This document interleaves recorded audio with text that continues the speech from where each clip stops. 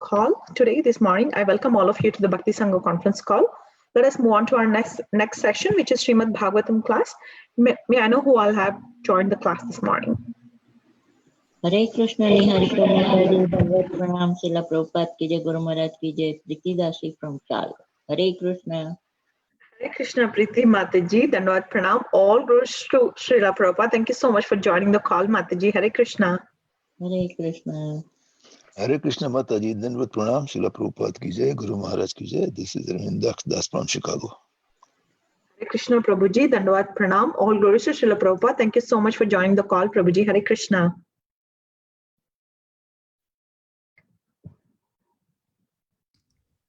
Hare Krishna, Niharika Mataji, Dandavat Pranams, all glories to Srila Prabhupada, all glories to Guru Maharajas, and all glories to the assembled devotees. This is Tiffany in Pennsylvania. Hare Krishna.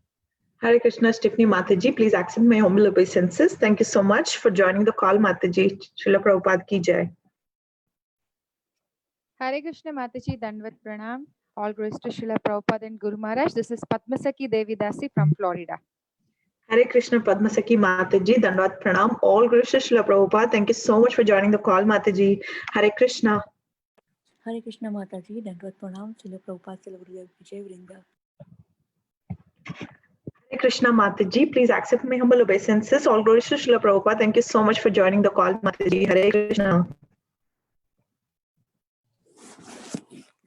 Hare Krishna and Harika Mataji, Dandavad Pranam, please accept my humble obeisances.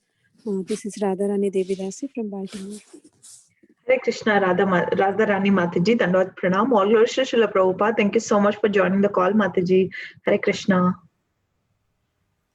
Hare Krishna, Niharika Mataji, Dandavad Pranam, Srila Prabhupada ki jai, Guru Maharaj ki jai. This is Shyama Gauri Devi Dasi from Charlotte. Hare Krishna Mataji, Shama Gauri Mataji, Dandavad Pranam. Please accept my humble obeisances. Thank you so much for joining the call, Mataji. Srila Prabhupada ki jai. Hare Krishna. Hare Krishna. Hare Krishna Niharika Mataji, please accept my humble obeisance. All glories to Srila Prabhupada. This is Radha from Baltimore. Hare Krishna Radha Mataji, please accept my humble obeisances. All glories to Srila Prabhupada. Thank you so much for joining the call, Mataji. Hare Krishna.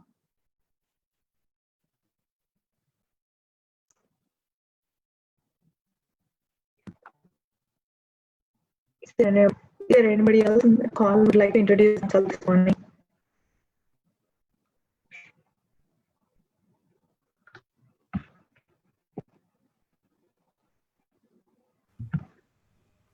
Yeah, Mataji, no, if no one is there, we can start recording. And, Tiffany Mataji can read the verse. We can share the verse. Tiffany Mataji can read the introduction of Prabhuji Mataji? No. Word she. Oh, okay. Sure. Yeah. Welcome to Bhakti Sangha conference call. Today we are very fortunate to have His Grace Keshavanand Prabhuji to enlighten us on the topic of Srimad Bhagavatam, 4th, 30th chapter and 49th verse onwards. I would like to give an introduction of Keshavanand Prabhuji. Dr. Keshavanand Prabhuji graduated in the year 1999 as a medical doctor from India. Prabhuji then took training as a spiritual saint. His Bhakti Vikasa Swami Maharaj of the Hare Krishna movement and chose to live the life of a monk. He took serious study of Sanskrit under various scholars and also spent many years studying science, both modern and Vedic. Now, since the last 20 years, he has been conducting seminars and lectures in various colleges and universities in India as well as abroad on the various themes. He is an inspiring speaker, a prolific writer, and published books both in the English and Hindi. Some of his books in English are The Cheaters and the Cheated, Secrets of Yoga, Mighty Efforts, Crazy Ideas, and The Science Fails to Explain Life. I would like to hand over the call to Tiffany Mataji to read the verses. Hare Krishna. Hare Krishna. Chakshise tantare prapte praksarga kala vidrute yasa sarja prasha ista sa daksho jaiva kodita. And translation and purport by His Divine Grace, A.C. Bhaktivedanta Swami Srila Prabhupada. Srila Prabhupada Ki Jai. His previous body had been destroyed, but he, the same Daksha, inspired by the supreme will, created all the desired living entities in the Chakshusha Manvantara. And purport, as stated in Bhagavad Gita, chapter 8, text 17, Sahasra Yuga Paryantam Arharyat Brahmano Vidu Ratrin Yuga Sahasrantam Tehoratra Vidojana. By human calculation, 1,000 ages taken together is the duration of Brahma's one day, and such also is the duration of his night. Brahma's one day consists of 1,000 cycles of 4 yugas, Satya, Treta, Dwarpa, and Kali. In that one day, there are 14 manvantaras. And out of these manvantaras, this Chakshusha manvantara is the 6th. The various manus existing in one day of Lord Brahma are as follows: Swayambhuva, Swarochisha, Uttama, Tamasa, Raivata, Chakshusha, Vaivashvata, Sarvani, Daksha Sarvani, Brahma Sarvani, Dharma Sarvani, Rudra Sarvani, Deva Sarvani, and Indra Sarvani. Thus, there are 14 manus in one day of Brahma. In 1 year, there are 5,040 manus. Brahma has to live for 100 years. Consequently, the total of manus appearing and disappearing during the life of one Brahma is 504,000. This is the calculation for one universe, and there are innumerable universes. All these manus come and go simply by the breathing process of Mahavishnu, as stated in the Brahma Samhita. Yashyaika nishvashita kala matavalambya jivanti loma vilaja jagarantanata Vishnur mahasa ihayashya kala vishesho Govindamari purusham tamaham bhajami. The word Jagadananta means Lord Brahma. There are innumerable Jagadananta Brahmas, and thus we can calculate the many manus. The present age is under the control of Vaishvashvata Manu. Each Manu lives 4,320,000 years multiplied by 71. The present Manu has already lived for 4,320,000 years multiplied by 28. All these long lifespans are ultimately ended by the laws of material nature. The controversy of the Daksha Yajna took place in the Swayambhuva Manvantara period. As a result, Daksha was punished by Lord Shiva, but by virtue of his prayers to Lord Shiva, he became eligible to regain his former opulence. According to Vishwanathi Chakravarti Thakur, Daksha underwent severe penances up to the 5th Manvantara. Thus, at the beginning of the 6th Manvantara, known as Chakshusha Manvantara, Daksha regained his former opulence by the blessings of Lord Shiva. And texts 50 and 51. Yo jayamana sarvesham tejas teja vinamrucha swayopadata dakshakcha karmanam dakshama bruvan tam praja sarga rakshayam anadir abhishishchacha yo yoja yaje nyan chams. I'm sorry, Yuyaja Yuyaje Nyancha Sa Vaisarva Prajapatin. And translation. After being born, Daksha, by the super excellence of his bodily luster, covered all others' bodily opulence. Because he was very expert in performing fruitive activity, he was called by the name Daksha, meaning the very expert. Lord Brahma therefore engaged Daksha in the work of generating living entities and maintaining them. In due course of time, Daksha also engaged the other Prajapatis, progenitors, in the process of generation and maintenance. And the purport. Daksha became almost as powerful as Lord Brahma. Consequently, Lord Brahma engaged him in generating population. Daksha was very influential and opulent. In his own turn, Daksha engaged other Prajapatis headed by Marichi.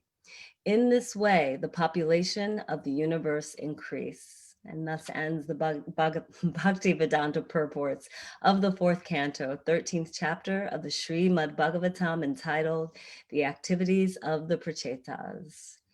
Srimad Bhagavad Gita, or I'm sorry, Srimad Bhagavatam ki jai. Hare Krishna.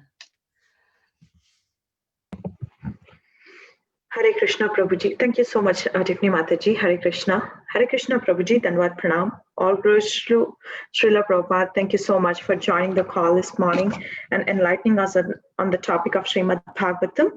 I would like to hand over the call to you, Prabhuji. Hare Krishna. Hare Krishna. Can you hear me? You're chopping off, Prabhuji, but if you could speak a little bit louder, it would be great. Yeah, now you can hear me properly? Yes, Prabhuji. Thank you. Hare Krishna. Danvat Pranam. Yeah, there is this problem. Anyway, okay, so I'll just pay obeisances and then I'll talk. Om Jnana Timirandasya Jnananjana Shalakaya Chakshuram Litam Yena Tasmai Shri Gurave Namah. Nama Om Vishnu Padaya Krishna Prishthaya Bhutale Srimate Vedanta Smriti Namine Namaste Saraswati Deve Gaurvani Pracharine Nirvisheshwadi Paschadeshtar. Okay, so we are discussing. Let me just. Anyway, yeah. Okay, so we are discussing this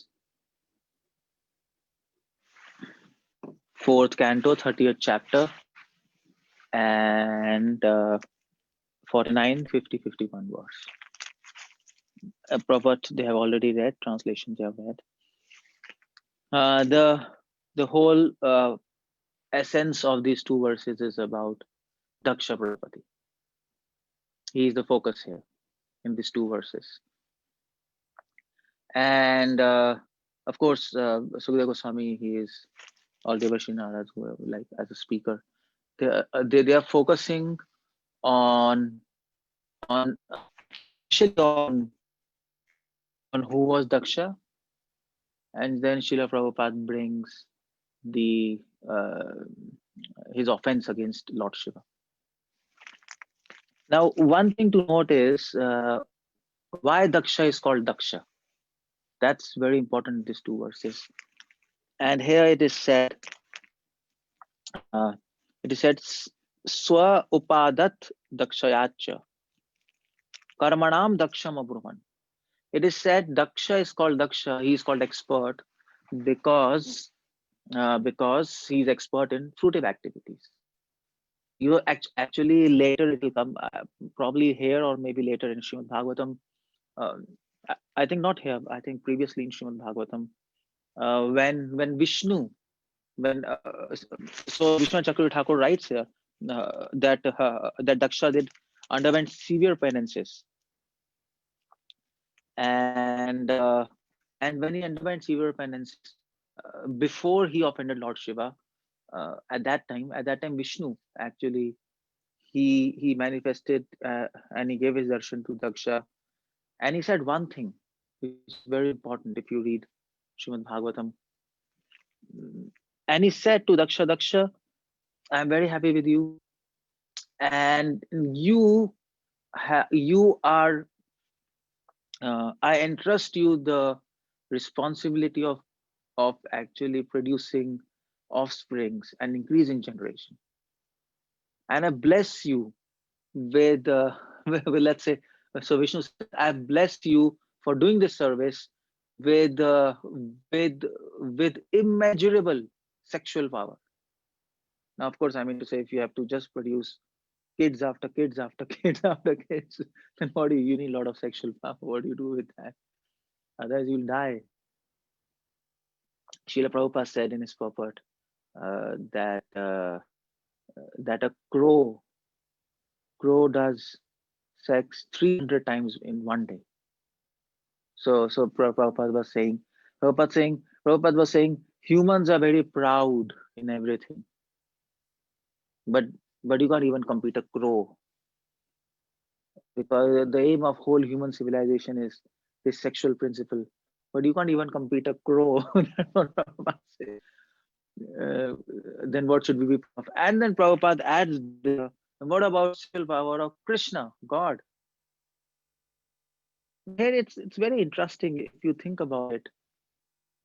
You see, Srimad Bhagavatam begins in first canto. There is a very small story there, which has to be there in the first canto.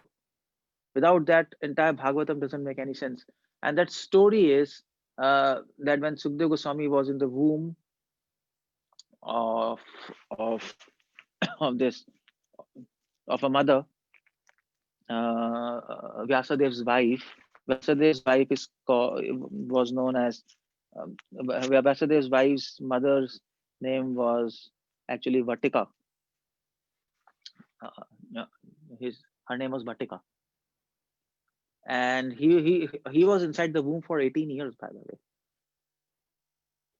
But the whole problem was that as he came, he just went away. He was so detached, and that's what Srimad Bhagavatam begins with, this story.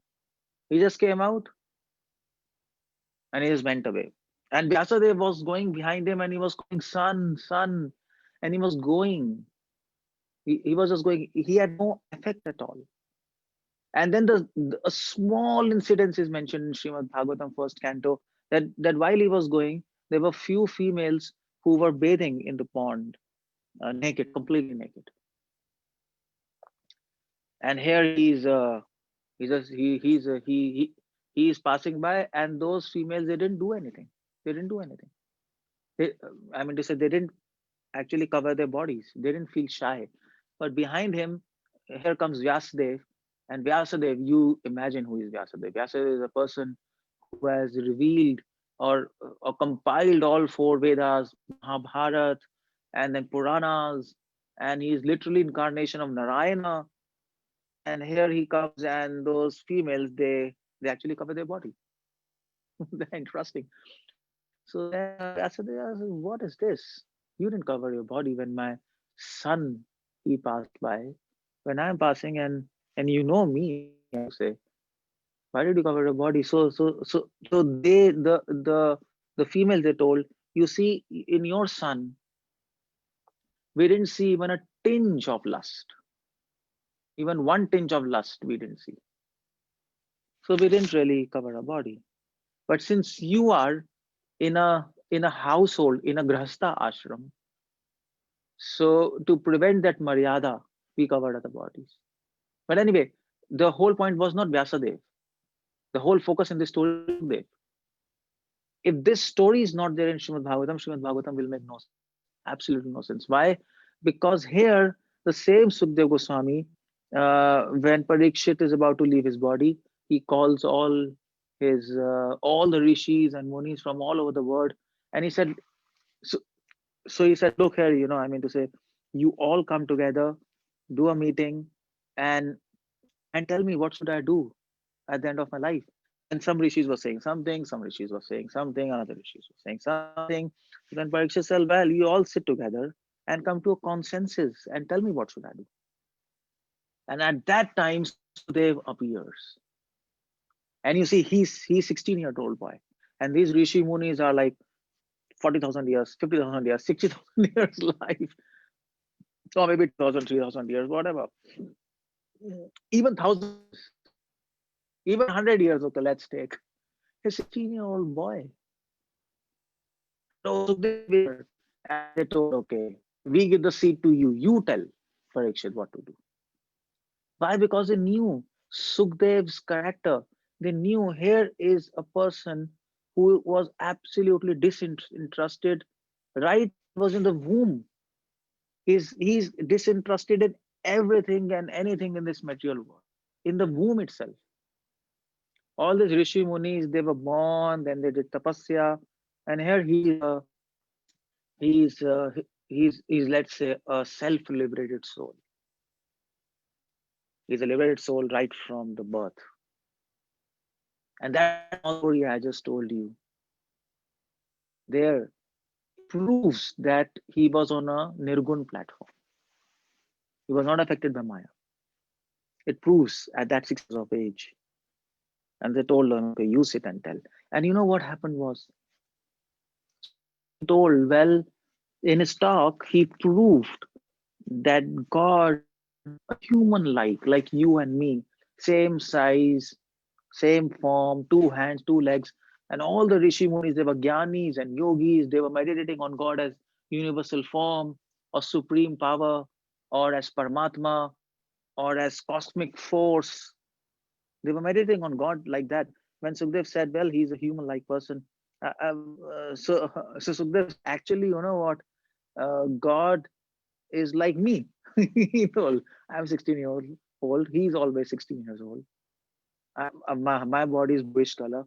His body is bluish color. So, so exactly he's like me. If you are seeing me, and this is like Krishna.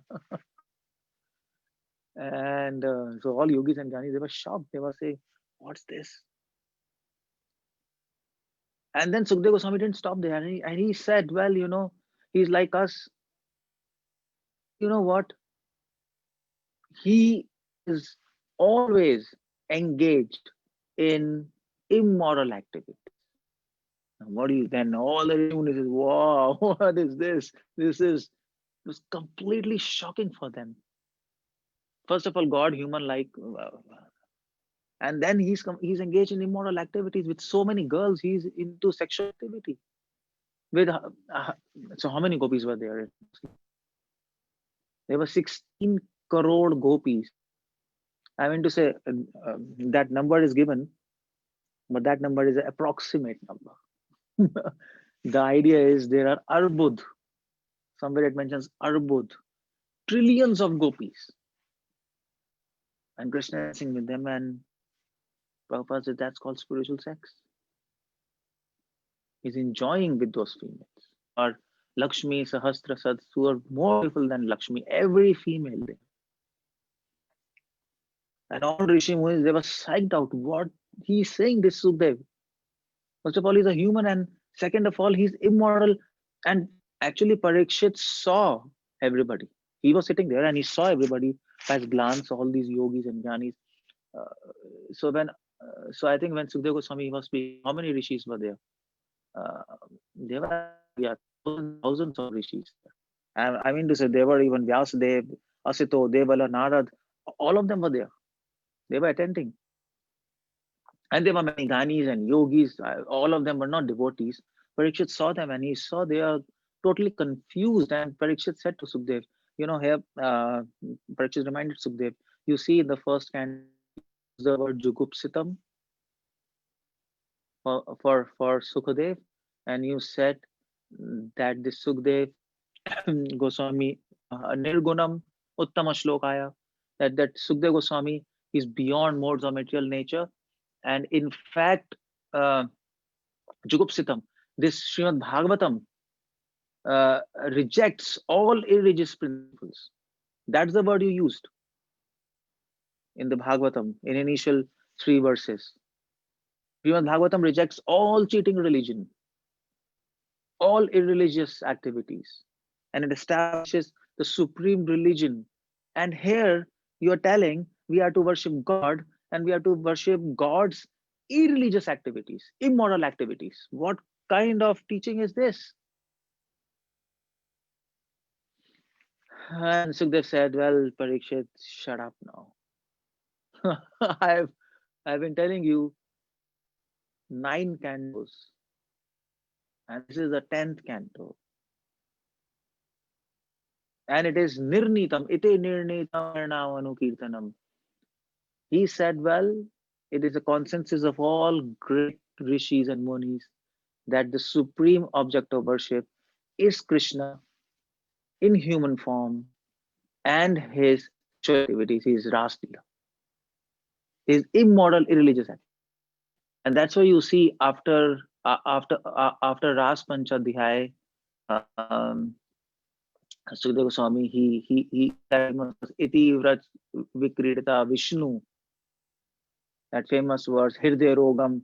He says after Raj Leela, describing Ras Leela, he says anybody who reads iti vraj vikridita, anybody who reads the names of Krishna in Vraj vikridita, his playful pastimes, his gopis.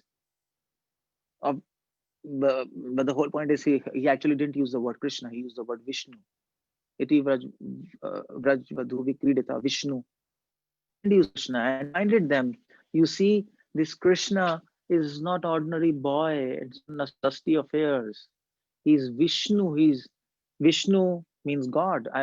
All yogis and gyanis and tapasvis and devotees, anybody who is, everybody knew Vedas at that time. And Vedas, it's very clear, Vishnu is God. Om Tad Vishnu Paramam Padam Yada Pashyanti Suraya. So when he didn't use the word Krishna, he used the word Vishnu. That Vishnu was dancing with gopis in Vraj. And he told that, don't think it is ordinary things. It is God. He reminded them. But my whole point is here that these things, entire Bhagavatam, especially this, the highest teaching of Srimad Bhagavatam, or let's say the central teaching of Srimad Bhagavatam, which is actually Leela, where Bhagavatam is actually taking us. That's the focus. That's the focus. Entire Bhagavatam is actually taking us to those pastimes of Ras Leela. This is what is the intention of Sukadeva Goswami. So keen, that's why first 9 cantos. What Sukadeva Goswami is trying to build up is, first he has to talking God. And then he's bringing that, okay, fine. Now God is doing such immoral activity. That's seemingly immoral. That's not really immoral. That's seemingly sexual, but it's something else is going on. It's actually inconceivable. But the whole point of Srimad Bhagavatam is Janmadhyasya Janmadi. So classical meaning of this line Janmadhyasya is everything originates from. Jan means birth, Adi means begins. Asyataha, everything begins from God. But Vishwan Chakri Thakur writes, Srila Prabhupada writes in the purport, by the way. Prabhupada writes here, Adi also means Adi Rasa. Everything takes birth from Madhur Rasa, from Ras Leela. So right in the first verse of Srimad Bhagavatam,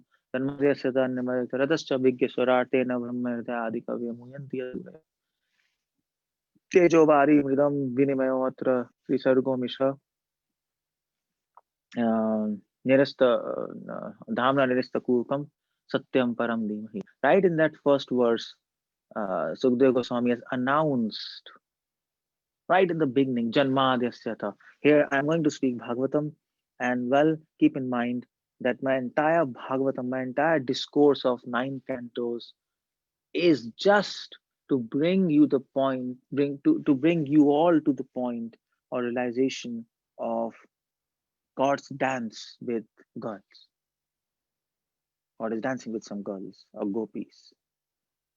God is dancing with Lakshmi, let's put it like that. So that's the point. Now this has to come from Sukadeva Goswami, by the way.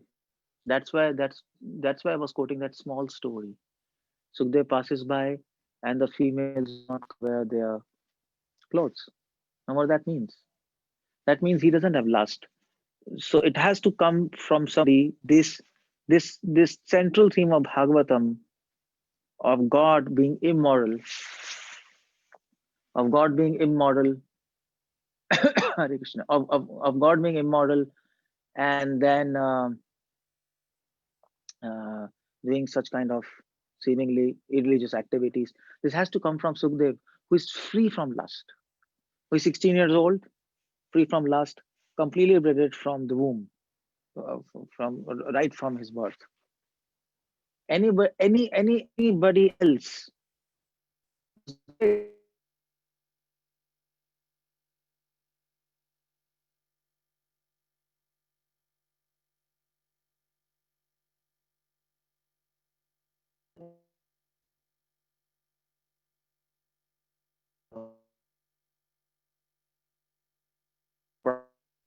Frozen.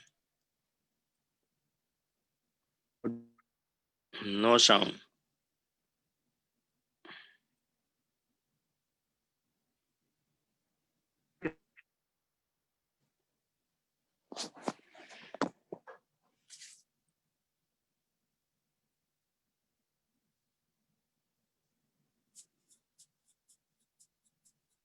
Yeah, Hare Krishna, I'm back. Can you hear me? Yes. Okay, fine, yeah. So where did I leave? You can tell me where these. Hare Krishna, yeah. Can anybody tell me where did he lose me?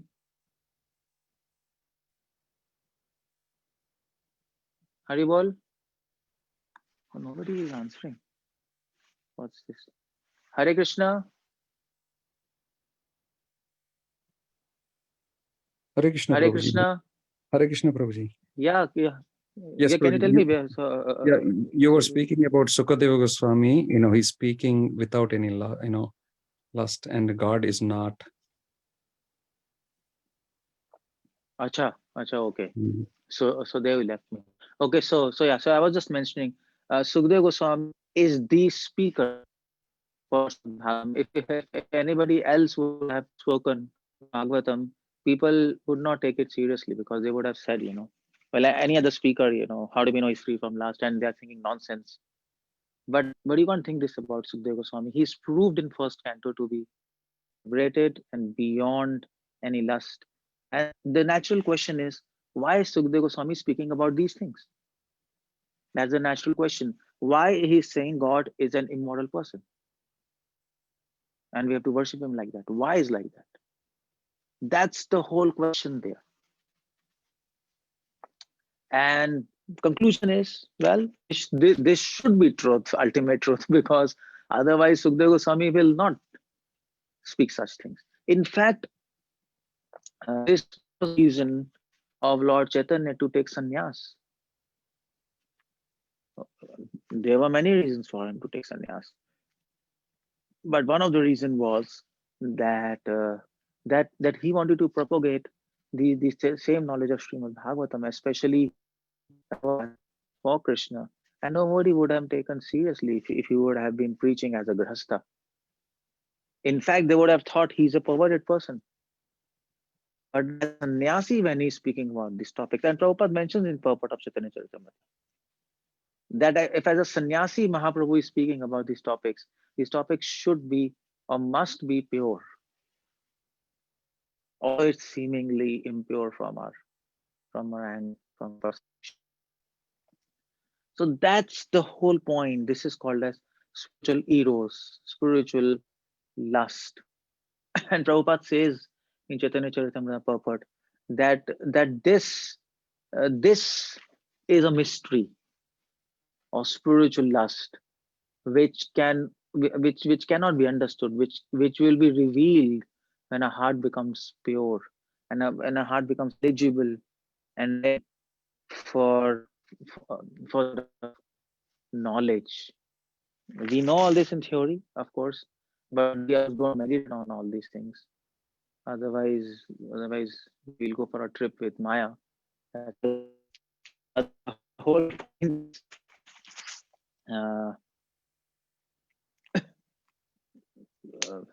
but the whole point is that at this thing, this whole thing of this Ras Leela and all these spiritual heroes and Madhurya Bhav, this is all has to be revealed. It can't be understood by intellectual exercise.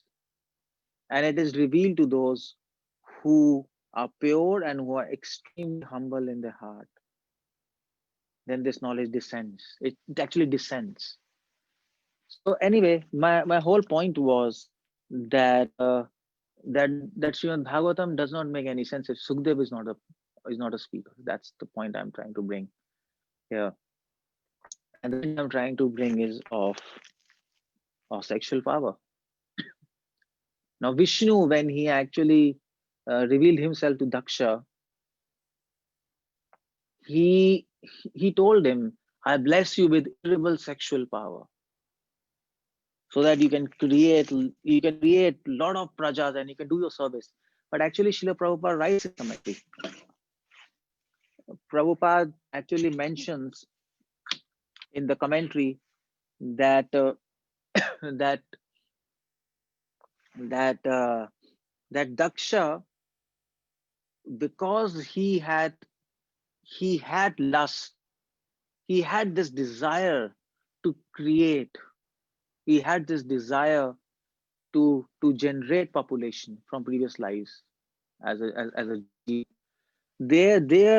Thereby Vishnu engaged him in that kind of service.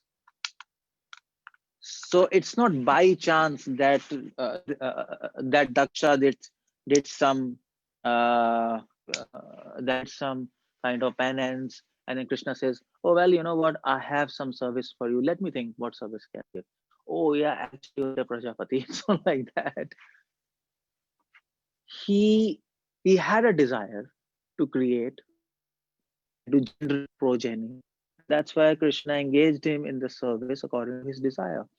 That shows, Prabhupada said, that Daksha should have been extremely lusty person,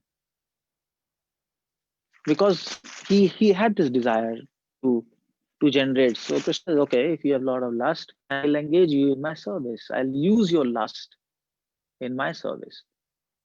And he blessed the same thing. Okay, I give you immeasurable sexual power so that you can fulfill your lust.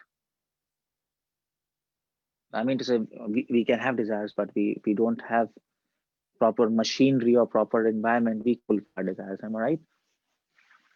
So that's the point which is bringing, and that's what Sukadeva Goswami is saying here. Daksha is called Daksha because of the karma one, because he was extremely expert in fruitive activities. In other words, he was extremely contaminated by lust.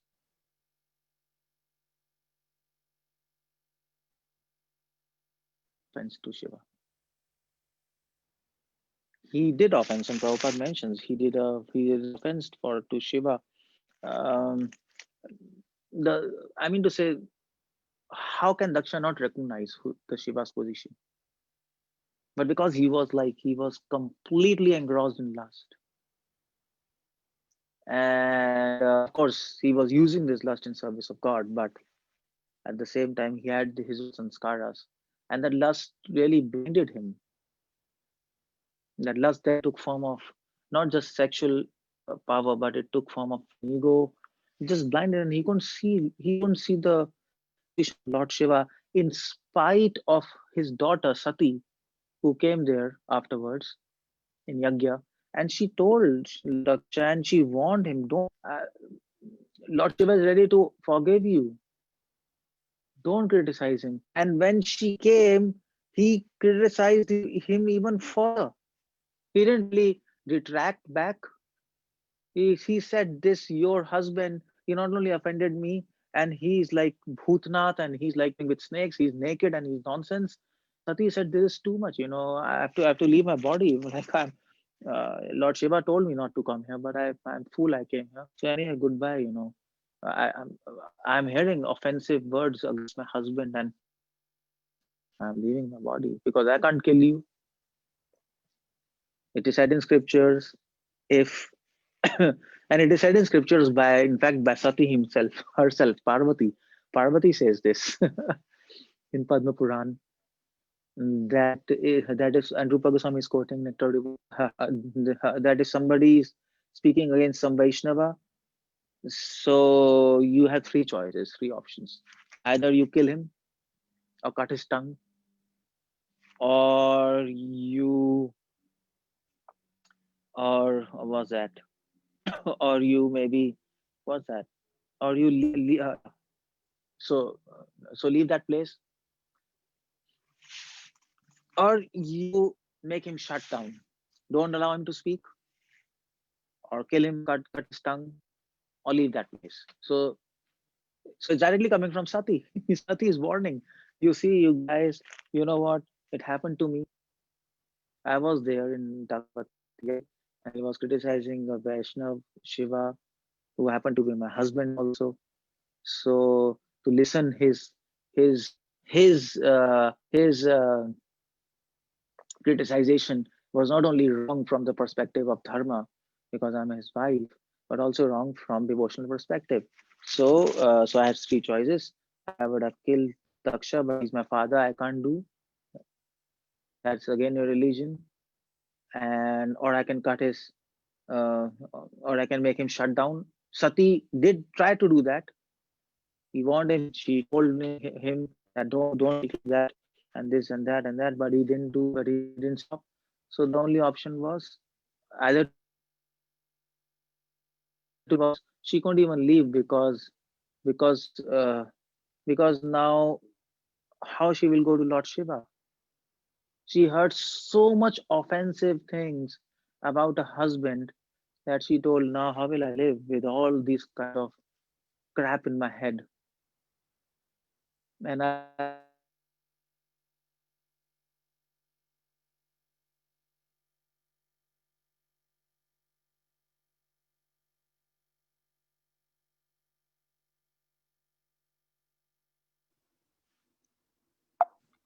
No sound. Krishna Prabhuji. Hare Krishna Prabhuji. No. Prabhuji's voice is breaking. It's gone, I think. I think the connection is not good there. Let me call him.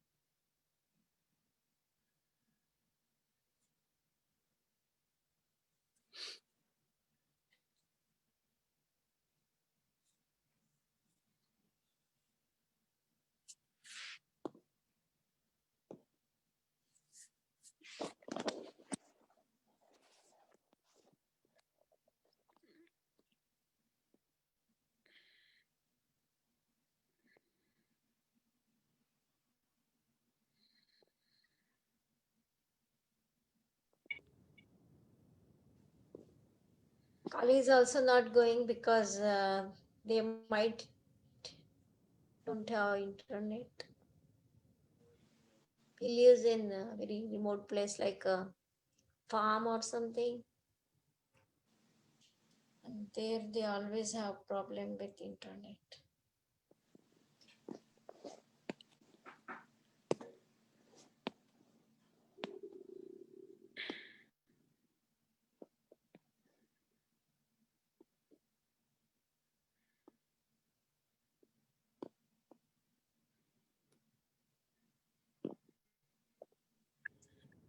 Lalitangi Mataji, can you call him? Oh, Mataji is also not. Don't see her on the call, Mataji. Yeah. She's not here, Mataji. She's in Canada right now. Don't know what is the situation here.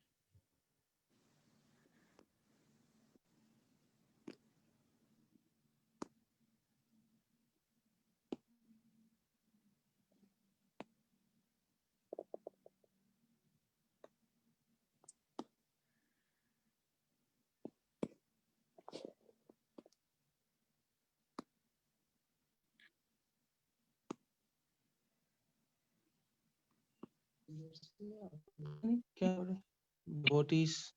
Hare Krishna, you can hear me? Yes, Prabhuji. Yeah, my internet. Just give me a minute. There's some problem with the internet here. Just give me a minute. क्या करना है? Mobile hotspot? अच्छा अच्छा हाँ तो आपको wifi में check करना पड़ेगा हॉटस्पॉट खोला है मैंने खोला हुआ है हाँ तो बस इसको वाईफाई ऑन कर दीजिए Yeah, just give me a minute. There is a problem with the net here, so I just wanted to connect to another net. Yeah. So while the timing, anyway, if you can hear me, I'll just continue. I'm just connecting to the net. Just give me a minute. There is a problem here.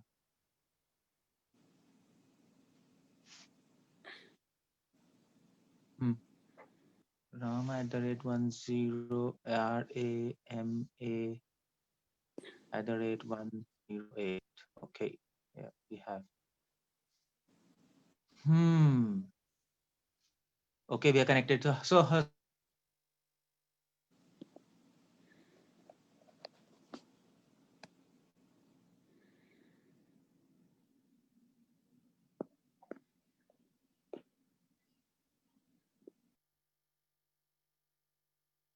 Mataji, can you hear me?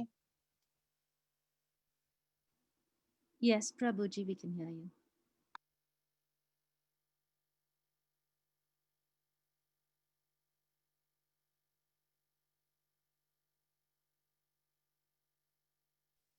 Hare Krishna, Prabhuji. Yeah, you can hear me or not? Just somebody has to Yes, respond yes, me. yes, we can hear you, Prabhuji. Yeah. I don't know. Everybody has gone to sleep. No. Everybody's there, Prabhuji. You please continue. Acha. Okay. We are eagerly waiting for your class, Prabhuji. Okay. Yeah. So there was So sorry, there was some internet connection. It was like crazy. So what I was saying was that So this Daksh Prajapati, he was actually blinded by all this lust, and he did some offense there against Lord Shiva, and that's another topic to be discussed in details there. But my whole point is that he himself had the samskaras of fruitive desires, and that's why his name is Karmanam Daksham Abruvan. He was Daksh. He was expert in actually doing fruitive activities. In other words, he was expert in sense gratification. And Prabhupada uses this term there in the interaction in the meeting between Vishnu and Daksha. Prabhupada says there, he was expert in sense gratification. That's why it is said fruitive activities. Daksha. In fact, this whole term Daksha is also used for Krishna. This is one of the qualities of Krishna. He's Daksha. Daksha means expert. But Krishna is expert in something else. Krishna is not expert in, of course, you can say Krishna is expert in sense gratification. That also Prabhupada says. Prabhupada says, who can compete with Krishna in sense gratification? Prabhupada says that. Prabhupada says that nobody can compete with Krishna in sense gratification. Krishna is a supreme enjoyer. That's what Prabhupada says there. But anyway, when Rupa Goswami mentions this quality of Daksha in nectar of devotion, then Rupa Goswami says Krishna is Daksha. Why? He expert because his actions and his thoughts cannot be understood properly by anybody. Or in other words, you can't predict the actions of an expert person. That's the whole point there.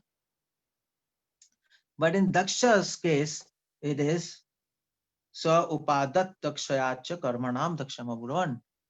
He is a person who is expert in sense gratification. And you imagine this. This is quite interesting that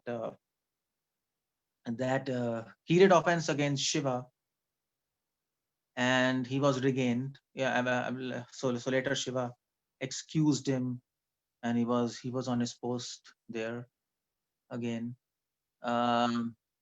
And then I think he actually again did some offense. He was again implicated in something else. In Srimad Bhagavatam comes. The whole point is he's implicating himself in various troubles and problems, and big problems, not just small problems. Now that's the whole point. You see, the whole point Srila Prabhupada writes by the story of Daksha is to understand that you might be expert in sense gratification, you might be expert in materialistic affairs, but that expertness doesn't help you, because the more you are expert in materialistic realm or mundane world or mundane sphere, the more you can commit blunders and commit offenses and commit mistakes. So that's not perfection. That's the whole point. That's not expertness. Daksha also means perfection. In Sanskrit, Daksha means perfection also. So it is said he was perfect in sense gratification. Ritualistic activities we take in the sense of sense gratification. Karmanam, the word is karmanam. Karmana means activities or mundane sphere, mundane materialistic activities. He was very expert in materialistic activities and materialistic understanding, just like today's scientists or philosophers like that. But Prabhupada says that's not perfection. In fact, Krishna says in Bhagavad Gita that so what's that? What's third chapter of Bhagavad Gita? It is said Swadharma Nidhana. Swadharma Viguna Paradharma Nishchitat. So Krishna says Swadharma Viguna. It is better to do one's duty imperfectly than to do others' duty, Paradharma Vinishchitat, to do others' duty perfectly. Why? Because Swadharma Nidhana, because doing your duties imperfectly is more perfect than Paradharma Bhayavad, than doing others' duty perfectly, because that is a disaster. Doing others' duties perfectly is not perfection. That's a perfect way to destroy yourself. That's Krishna's advice. So the point I'm bringing is our whole, this whole instance of Daksha, what is teaching us? It is giving us two important teachings. This whole, the name Daksha itself gives us two important teachings. That if you are perfect in sense gratification, if you're trying to become a perfect materialistic person, if your whole aim in life or desire or intention in life is to enjoy this material world, intention, we might be devoting actions, but a materialistic person in intentions, that might be the case. There are so many people like that, isn't it? In any institution you find people like that. So if that's the case, then the first thing is we are heading for a big problem and big trouble. We will be implicated in some offense, because when a person has mundane intent and mundane insight into his personality, then you will not be able to recognize a spiritual person. Just like Daksha couldn't recognize Lord Shiva's position. He was blinded, that's all. That's a perfect way to end into trouble. And the second very important teaching from Daksha incidents is, so actually there are actually three teachings. The second teaching, what I told, is that that according to your previous desires or some scars, we engage into particular type of activity. So you see, even Vishnu gave his darshan to Daksha, and Vishnu didn't tell Daksha that, see, you're not supposed to be involved in sense gratification. You don't do like this. He didn't really instruct. He actually blessed him that, okay, use your intense expertness in sense gratification to produce progeny. I bless you. That's what he did, Vishnu. Was Vishnu cheating him?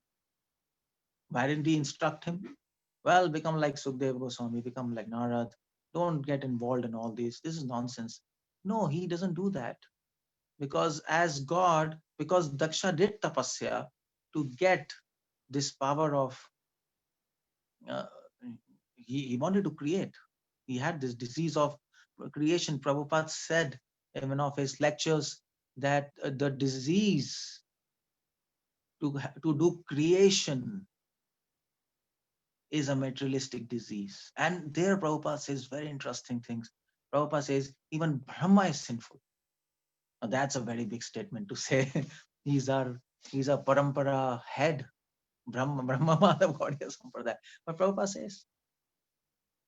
says even Brahma is sinful because he has a sinful desire to create. And that's why Krishna gives him this service of creation. But people, but then Prabhupada adds there that people who are on spiritual platform, pure spiritual platform, they don't want to create. They have no desire to create anything. They have a desire simply to receive favors, to actually receive service from Lord Krishna. Whatever is required, they do. So that's what all of us is. The second teaching from this Daksha's incidents, entire Daksha's incidents, especially this name Daksha, is that even God will not stop you, will not actually tell you this is wrong, that is wrong. He might fulfill your desires. He might engage you in his service using your desires, but then we have to be cautious about that. Of course, that is devotion, to use your talents in service of Krishna. That Prabhupada did that. Many devotees he engaged, devotees who knew painting, he engaged them in painting. Devotees who knew arts, engaged that. Devotees who expert in management, he engaged in management. But then you have to be very careful that are you doing this service just out of real service attitude, or is it mixed with your own desires to do these things? That has to be really seen into properly. Of course, initially that's good because you're engaging your talents in service of Krishna, and that's very nice. And that's not really not wrong. That's actually desired. But at the same time, then you have to introspect in your heart. Well, am I not attached to my own talents more than service of Krishna? And that happens when you introspect and when you understand these kind of stories from Srimad Bhagavatam, Daksha stories, and Lord Vishnu's interaction with him. I mean to say, God is there right in front of Daksha, and he didn't tell Daksha, you fool, don't engage in sense gratification. He didn't tell him. He just blessed him. Okay, do it. And probably Vishnu knew, I mean to say, he would be implicated in an offense. He's omniscient. He would have known what is going to happen. But he didn't. Why he didn't? Is he cruel? Or why doesn't he tell us from within our heart, hey, you're engaging your talent in service of Krishna, but actually you're fulfilling your desire in the name of service? He doesn't tell us. That's most likely, that's the case most often. That in the name of service, we are actually fulfilling our own desires. But then he doesn't tell us. Is he cruel? No, he's not cruel. He's very merciful. Actually, we do something and he lets us do some mistake, just like Daksha did offense. But then he repented and then he got okay. And then he was purified in the sense. He realized the fact that actually being attached to sense gratification is actually can lead to disastrous consequences. So I should in future I should be very careful about that. That realization he got. The purpose of entire material creation is to let us do mistakes by our free will, and then learn and to actually gain a wisdom of what is right and what is wrong. It is not forced upon us by God. He lets us do things. He sanctions. Okay, fine, do it. but then by the consequences of those actions, then you decide whether your desire was good and bad. And then that's a system of God to give us wisdom, to actually let us grow higher in spiritual life. So that's mercy of Krishna. That's mercy. He actually purifies us rather than correcting us at each step. He purifies us. That's a better system. Otherwise, he will have to correct us till eternity. If we are purified, we can correct ourselves. That's all done. We go back to spiritual world. That's another teaching from Daksha. And the third teaching from Daksha's this whole incidents is that I just told that perfection is not a perfection in sense. Perfection is mundane realm. Perfection is materialism. Is not perfection. Although these people might look perfect, scientists and philosophers, there's such a gorgeous technology and so important. I mean, to such deep science and complex things and space and all these things. It looks pretty perfect. Krishna said that's not perfect. Perfection in spiritual life is not. Perfection in action is not perfection in materialistic life. Perfection in action is perfection in spiritual actions. And that too, I mean to say that too, even in spiritual actions, perfection is not to do the action perfectly per se. Of course, you have to do the action perfectly for Krishna, who is a perfect person. But perfection in spiritual life is to do action, a spiritual service in such a way that Krishna is happy and his devotees are happy. That's perfection in spiritual life. If you're doing some service for Krishna perfectly, and in the process devotees are annoyed, then that's not perfect in the eyes of Krishna. That's imperfect. You might think, well, I did the service very nicely, very perfectly. I washed the vessels of Krishna perfectly. It's perfectly pristine, pure. But in the process, you scolded 2-3 devotees and actually annoyed them. Then that's not perfect, because perfection in eyes of Krishna is happy and his devotees are happy, because Krishna and devotees cannot be separated. That's actually that is, you see, there is no religion in this. Yeah, just a minute. Just give me a wait. So there is. Yes. So there is. So there is no religion in this world. No, actually, theistic religion where devotees are given more importance than God. There is actually no religion, no theistic religion, Islam, Christianity.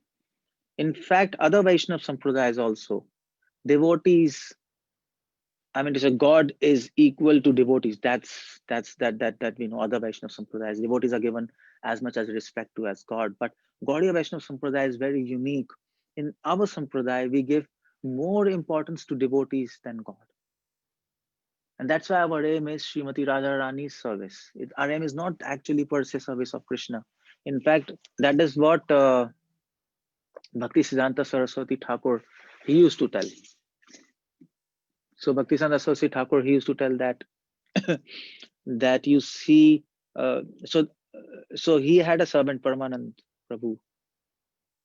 So he was very young, and so he was just strolling in Radhakund. And in Radhakund, there was a king who was doing parikrama of Radhakund. So Dandavat Parikrama.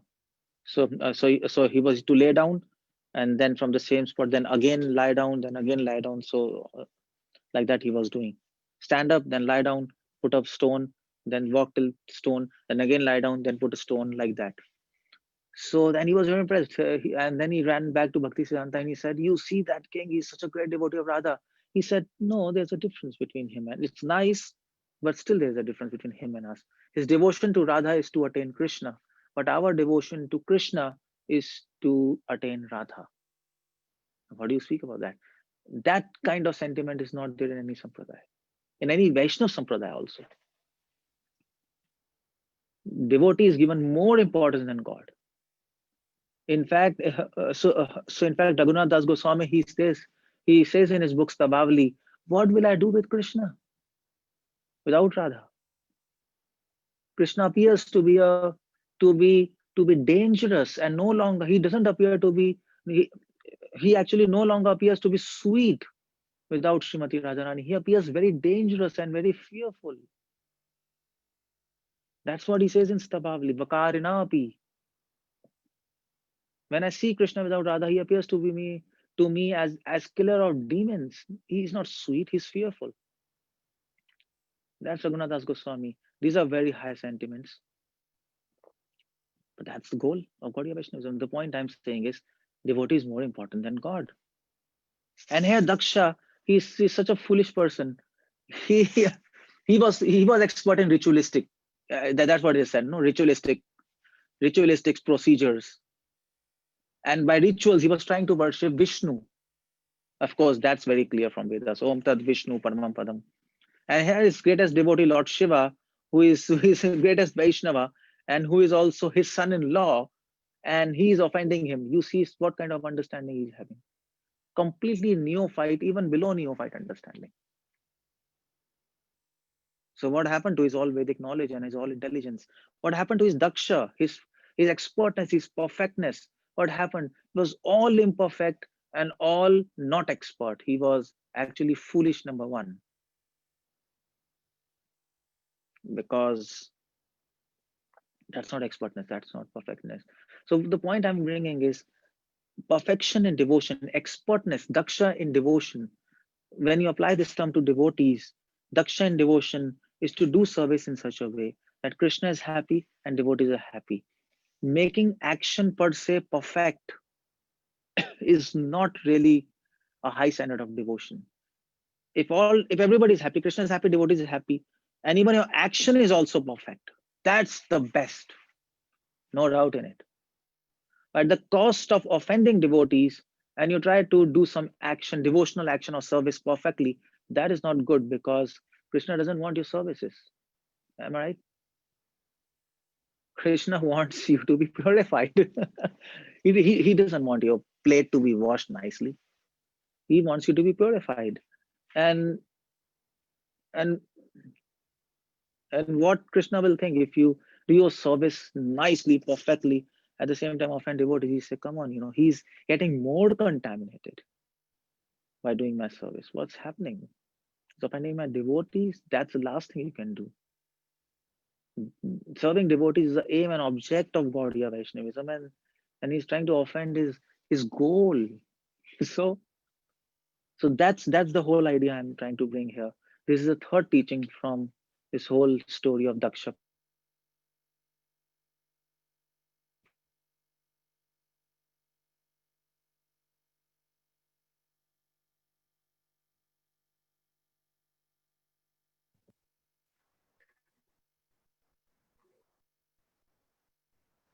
Prabhuji, your screen got frozen again.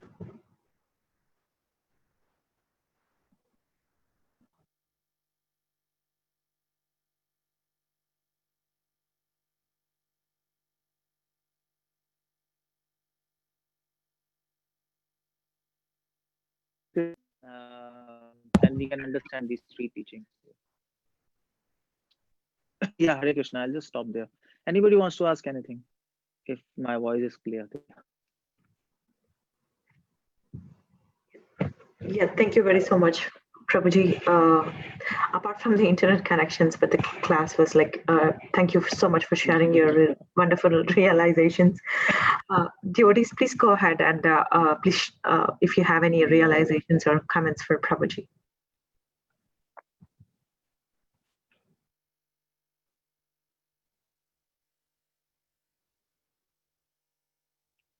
Yeah, anybody wants to ask anything?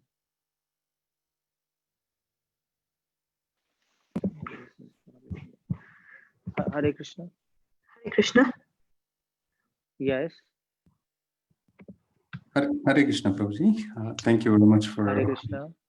Thank you very much for a very beautiful class. I think there were so many points that you covered that I'm meditating on.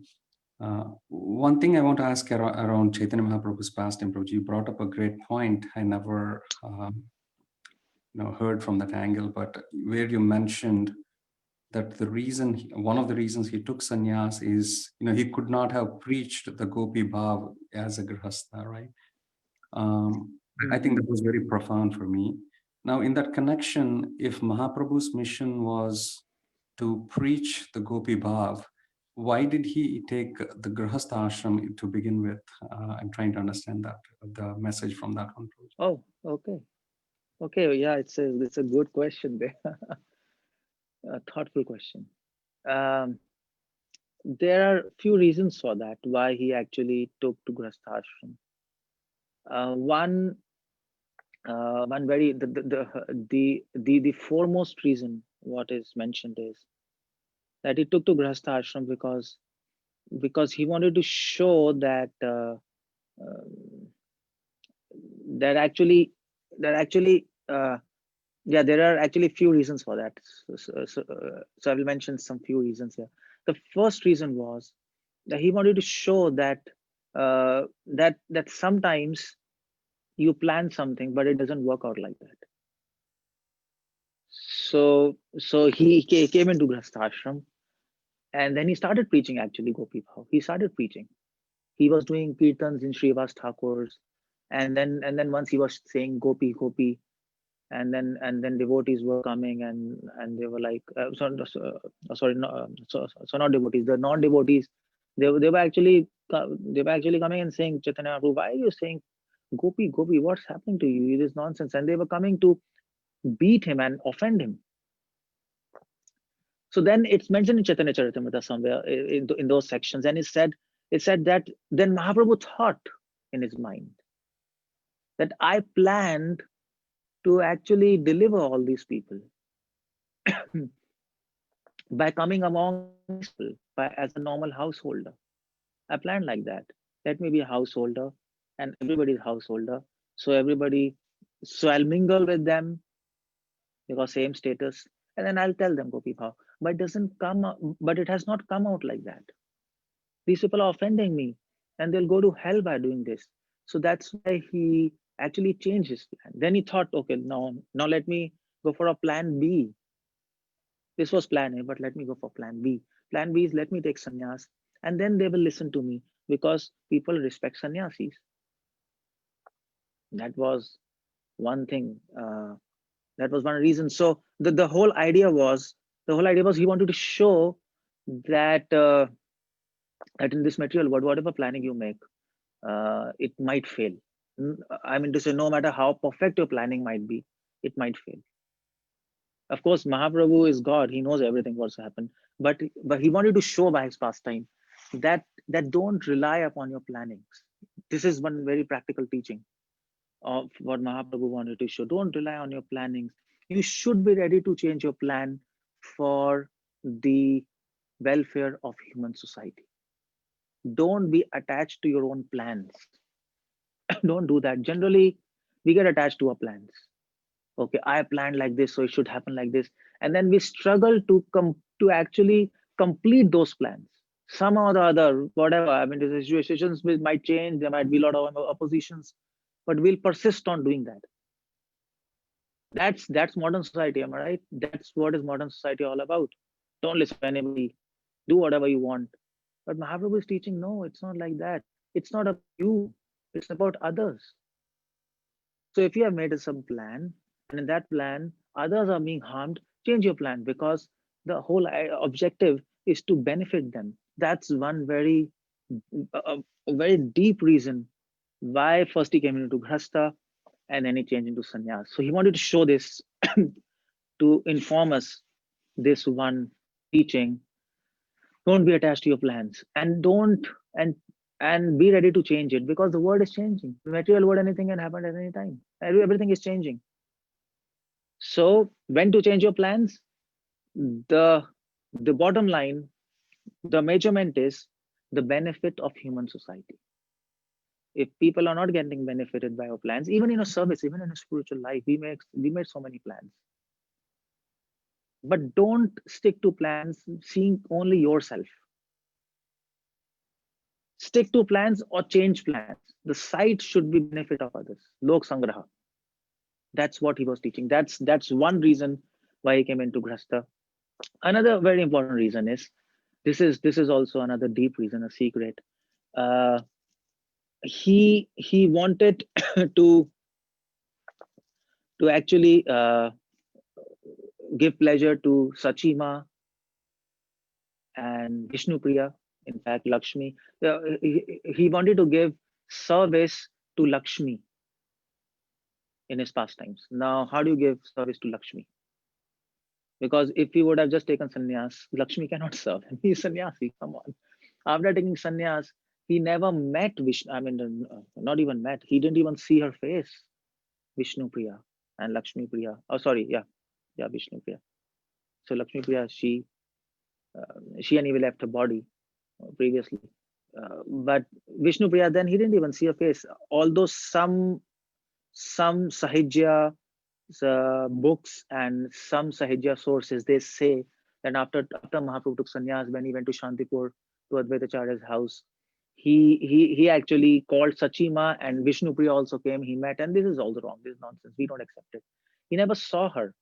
I mean to say, everybody met Chaitanya Mahaprabhu except Vishnu Priya. You see, and Vishnu Priya said, everybody can meet Mahaprabhu, and I cannot. What kind of sins I have done?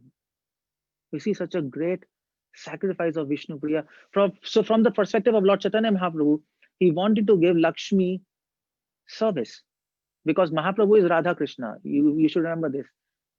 He is not just Krishna. And Vishnu Priya was not in actually relationship of Madhurya Bhav with Lord Chaitanya. That's actually Gaurang Nagari. That's the Sahajya sect. Vishnu Priya is in Dasya Bhav for Lord Chaitanya.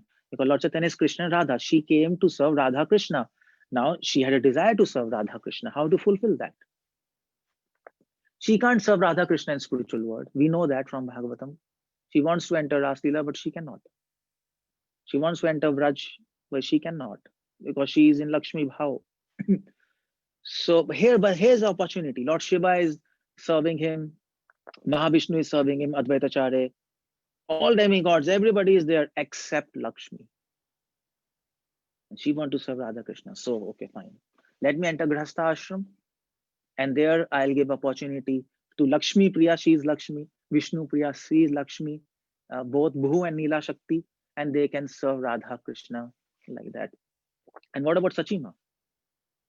If you would have just, I mean, of course, you have to be born. So like Sukdev Goswami, he would have just get birth and just, I mean to say, he would have just walked out and become sannyasi. He would have done that, but no. What about Sachima? How she will serve him? And how devotees, if Mahaprabhu would not have entered Grihastha Ashram, another deep reason is, how would he do his Nadia pastimes with all his devotees?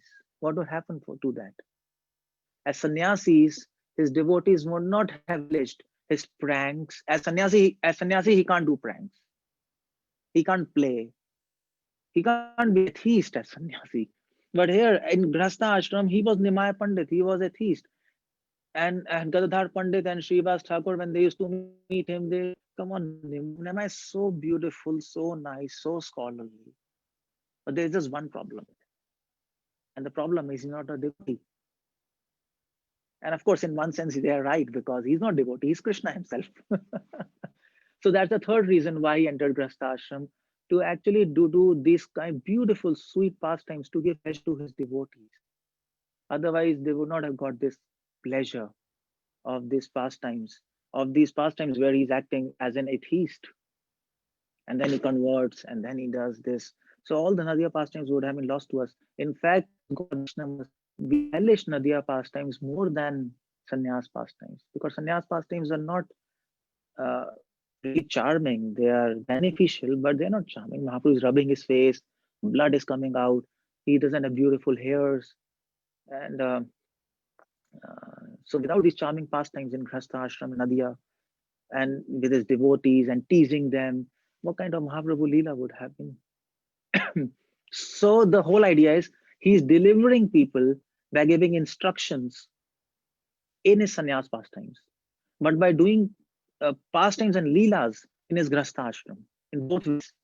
By meditating on these beautiful, sweet pastimes, we get purified, right? So this is the third reason why he entered first in Grihastha and then he took sannyas. So these are some reasons. Of course, there are few more, but but these are the main reasons why he actually entered Grihastha. That way, is it clear?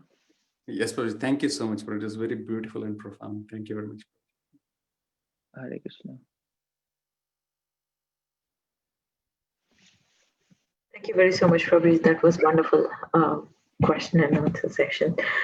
Devotees, if anybody have any further questions to Prabhuji, please go ahead.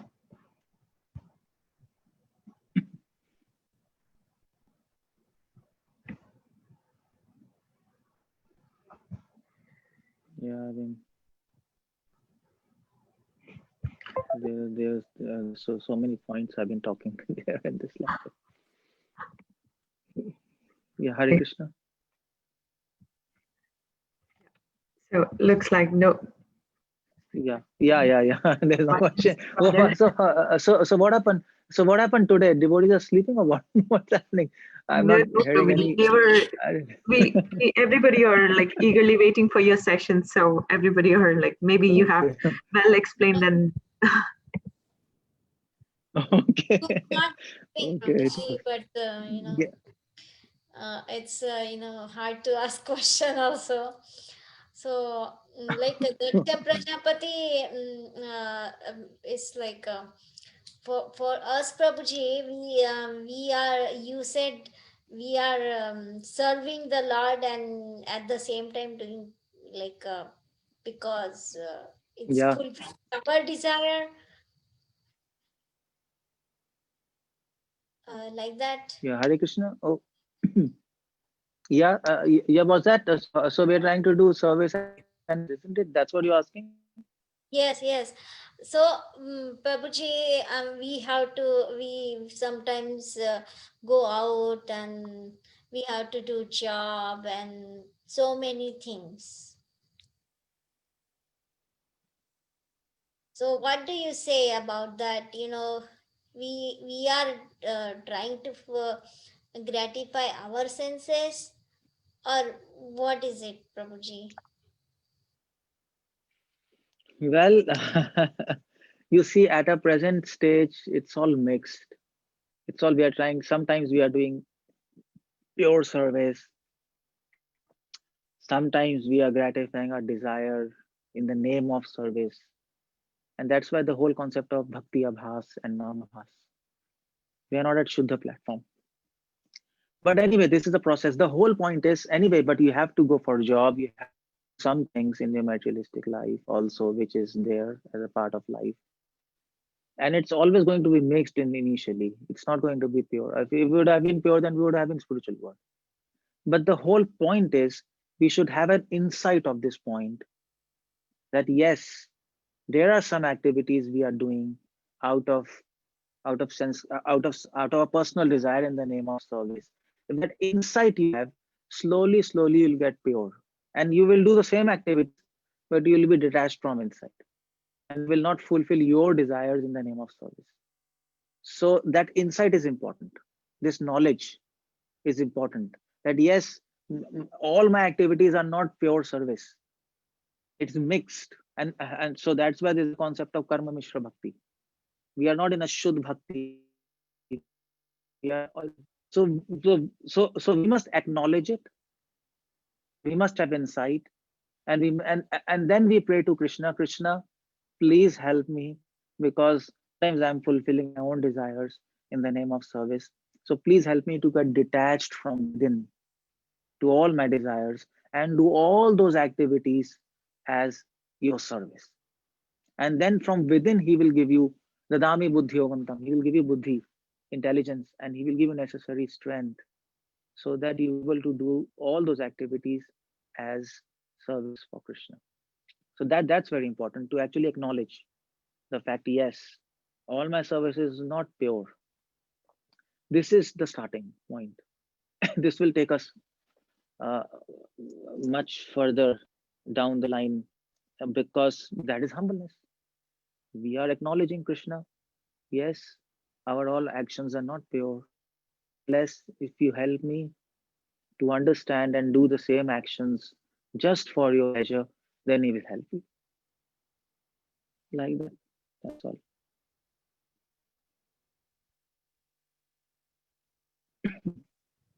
So Prabhuji, someone Is takes that away it? our Yeah. service. Someone just takes away our service, and then what should we do, Prabhuji? Yeah, Mataji. So can you repeat If your? someone takes, yeah, when someone takes away our service, so what should we do that time? Should we feel Why? bad? Means should we feel bad about it that my service is gone, or say no, no, no, don't take my service away, or No. Actually, if somebody takes away your service, that's very nice. It's not actually bad because uh, so actually you should be really thankful to him because we know when we are doing service, we know that I'm not doing it perfectly. Am I right? Because if I think I am doing my service perfectly, then that's ego. When we are doing service, we are in the mood that I cannot serve Krishna perfectly. What should I do, Krishna? And that's why we are praying to him that Krishna, please forgive me. I'm trying to do service, but I know I'm useless. I cannot do your service perfectly. So if somebody else takes, that's a good news because now somebody else can do a, a better service than me. We don't know whether he's going to do better or not. At the same time, at least there is a scope of doing his service better, more than better than us. So that's very nice. Krishna will be served in a much better way because my capacity is limited. I can do this much, and I'm doing mistakes. What to do? That devotee. So we are giving him a chance. So that's very nice. He might do better than us. Who knows? And then Krishna will be more happy. So if somebody takes service, okay, good. Yeah. So you please try, no problem. And we will serve you. We will assist you. If you want assistance in that service, we are your servants. And that's very nice to become servant of servant. That's a very nice take. Okay, here I was serving Krishna, but now I'm getting opportunity to serve his devotees. So please tell me if I can do something for you. So it's not really, it's actually a good thing because, and in another perspective, somebody takes your service, actually it's a plan of Krishna, first of all. That's also one thing. And another thing is, it helps us to get free us from our own attachments and our own false ego. We might be attached to service.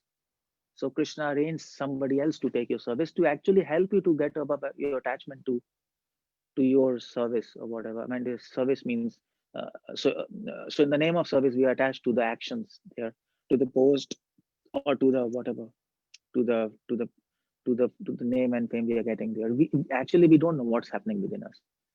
So Krishna is helping us to get over a false ego that I am doing service.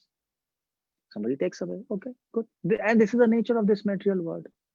Sometimes service comes, sometimes service goes, but whatever happens is by the will of Krishna. That devotee knows. So Krishna has arranged, Krishna gave me service, and now Krishna has taken service. That devotee is not taking your service. That's the whole idea there. We have to understand that devotee is inspired by Krishna and he is taking my service or she or whatever. That's Krishna. Krishna is behind that. We cannot see him. His hand is behind that and he's doing for a purpose. So let me not just crib that my service is being snatched. Let me just decode what message Krishna is trying to give us and what he's trying to teach us by taking your service away from me. What's the purpose of this? Why Krishna is doing like this to me? There is something he wants to teach me. Let me understand that rather than cribbing. And once we understand that, you will see, once we understand his message and decode it, he will give you back service 10 times more than what previously you had service. You will see that. He will return it back to you because now we are ready. Now we have understood what was the problem. I was attached, for example, to my service. Now Krishna, I'll no longer be attached. Krishna says, okay, now you understand. I'll give you back your service with more bonuses, with more favors. So that's, I think, we approach the whole situation in general. We do like that.